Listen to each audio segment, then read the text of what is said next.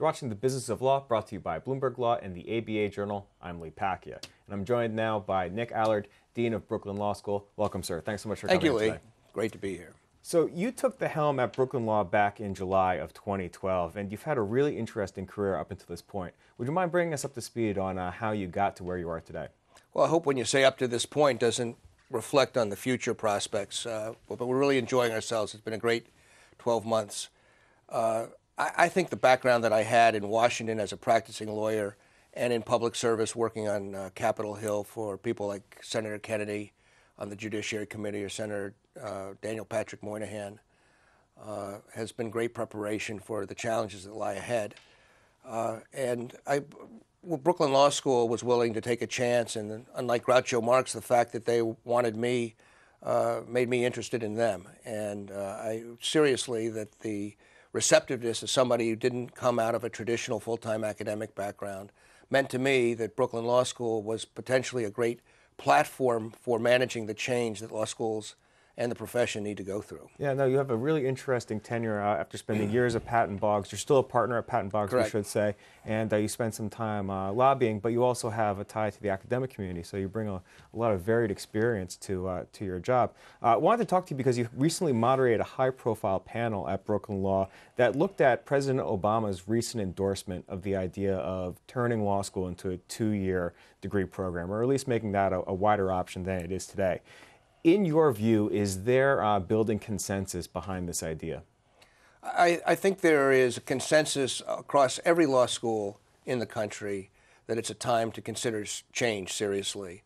And there's not a legal educator in the country and not a leader in the profession or the ABA that isn't really looking at how we can do better, how we can do more with less, and how we can prepare people to be leaders in the legal profession in the future.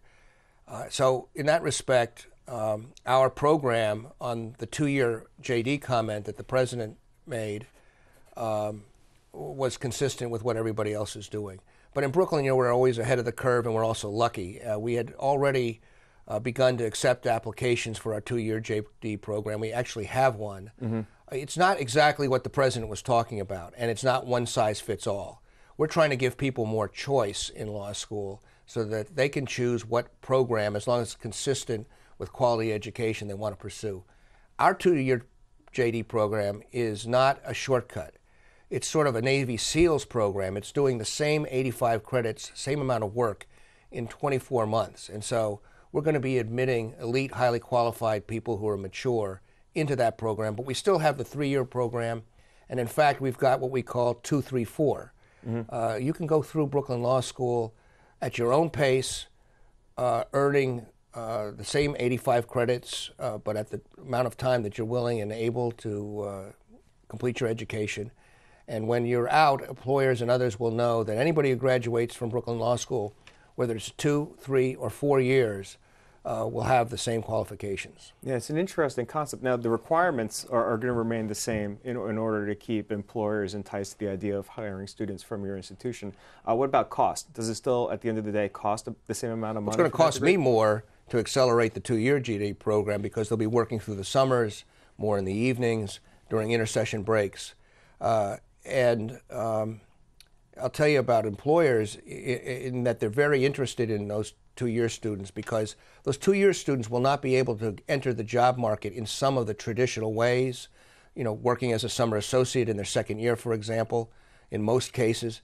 But they're going to be highly attractive, motivated individuals entering the profession. And one of the proposals that's out there is that some firms are considering hiring them provisionally after they graduate, after they take the bar, perhaps subsidize their bar review courses, hire them provisionally for 3 or 4 months, and then decide based on that postgraduate provisional experience or clerkship experience whether to hire them full-time. I think the market will adjust. Mm-hmm. But a lot of the reason that this whole proposal came up, at least in our view, is that there is a lot of recent law graduates who are experiencing acute financial turmoil because the debt that they've encumbered from law school is just too much to service in today's job environment. What, if anything, is Brooklyn thinking about doing in terms of making law school more affordable in the near term? Well, there's a lot in the question that you asked, and there's no doubt about it there's a perfect storm of problems that have faced recent graduates. At Brooklyn, we are not going to sit back and hope for things to get better and go away. We are trying to drive change and manage change. So there's a couple of questions. One is, how do you maintain quality, but not just quality for what lawyers used to do, but for quality that education that prepares people and lawyers for what they will have to do in the future. The use of new technology, a new global world, areas of study that are beginning to be developed, compliance, privacy, online data that 10 years ago were not really major topics, but that have the prospect right now, or financial regulation, for example, especially in the New York metropolitan area. These are topics and professional careers that will be flourishing for 20, 30, 40 years ahead. So preparing people better and maintaining quality. Maintaining the value of the education. You're not doing an aspiring lawyer, and you're not doing the public any good by graduating people who are not good lawyers. Mm-hmm. And so there's a basic core skill set and experience set that is essential. And so you have to maintain quality and value. Now, how to be cost effective? There are ways that we are addressing in being cost effective and helping students deal with the enormous costs and the debts that they're carrying. So first of all, we can be prudent with costs. At Brooklyn Law School, over the last year alone, we've cut costs between 10 and 15%. Some of these ways have been that we're more efficient. We've used technology to a greater extent. In others, we've taken a hard look, and given that we have a smaller student body, we're able to reduce costs and reduce personnel in some areas where we're not cutting into quality and core functions. Is that translating into a lowering of tuition in any sense? It's the other thing that we're doing with this is important to note is that we've switched into a per credit tuition fee, and we're locking that fee in. So when you enter Brooklyn Law School, you know how much your credits will cost per credit. Mm-hmm. And you have 85 credits. That will not change during the entire time, 2, 3, 4 years. Legal education is cost and teaching intensive. And to provide that education costs a great deal. As I suggested, to accelerate the amount of time for students to enable them to go through in 2 years is actually going to cost us more to provide that education faster, but it's going to get them out into the job market sooner and avoid interest charges and other charges. Now, I think the tuition increases have about peaked and that you're not going to see the large tuition increases in the future. But one of the big things that we need to address as a legal educational community across the board, with the help of the ABA, is, and you may not have heard this in many other places, is to grapple with the existing amount that is spent on merit scholarships. I want to be very clear about this. By far, the two largest components of the cost of legal education is scholarship assistance and faculty and staff salaries. So it's salaries and merit and scholarship assistance. Now, obviously you have to build a building that's very expensive, but generally all other operating costs don't come anywhere near to those two. Now, I'm suggesting that you have to maintain the quality of your faculty and the quality of your staff. Sure, with smaller student bodies, you can cut back, and we have, but you can't cut into bone. You have to provide, and even if the Yankees and the Mets have 5,000 people in the stands instead of 50,000 people, they still have to put 9 people on the field. And law schools are like that. There's core courses that we have to provide.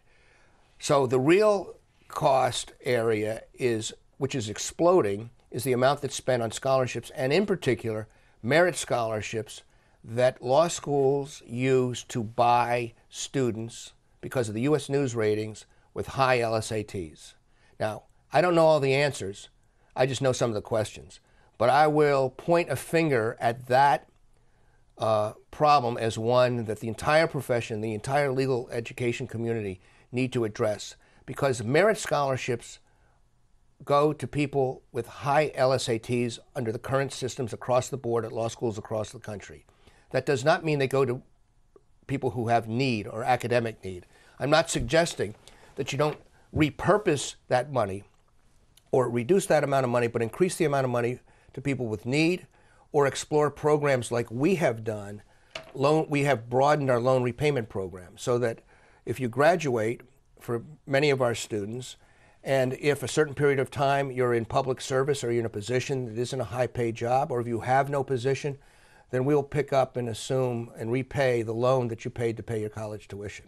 So law school tuition, not college tuition. So anyway, I think that sort of lays out what is a fairly complicated issue, but it's law schools really need to attack that. And to reduce costs, you don't want to cut into the quality of your programming, but you do want to look at how effective and how appropriate is the huge amount of money that's increasing in most law schools every year that's spent on merit scholarships. Yeah. No, you bring up a really interesting point with the merit scholarships, but I want to jump a little bit outside the immediate question that we're looking at right now and talk about the debt side of things. You, of course, were a lobbyist in Washington, D.C. for many years. Guilty as charged. So you know exactly how Washington, D.C. works. And now I'm lobbyist for Brooklyn Law School. Right on. In your view, for the students who are really in the most severe financial straits in terms of law school debt or higher education debt of any sort, is there, in your view, any appetite or willingness on Capitol Hill to take another look at the bankruptcy laws and maybe make it easier for the really worse off of the worse off to get rid of some of their student loans in bankruptcy? You know, I spent over 32 years working in Washington, D.C., the entertainment capital of the world. And so I learned that if you predict what Congress is likely to do, not an easy task. Right. If you live by the crystal ball, you have to learn how to eat glass. But I think that is an area, revisiting the bankruptcy laws, moving any kind of legislation as we see from the present situation is very, very difficult. But the case is very compelling. If you force people to go into default and then lead them to face the rest of their life under a debt cloud that they cannot clear, and it affects their credit rating, it affects everything else in their job prospects, they have a much more difficult time being productive individuals and getting back on a footing, and that loan is not going to be repaid in any event. But there's many sides to the bankruptcy laws. There's many professors at Brooklyn Law School who are far more expert, exponentially more expert than I am.